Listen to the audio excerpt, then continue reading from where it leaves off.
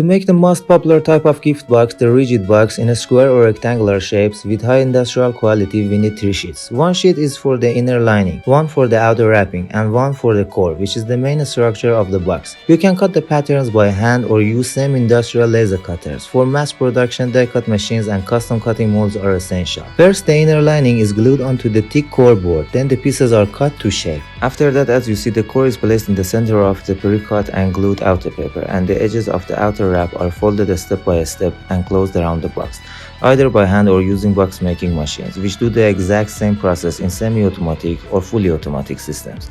I started with a simple but very common model, and I'll share many more designs with you in future videos. At the end of this video, I've included the pattern, dimensions, and all the necessary instructions.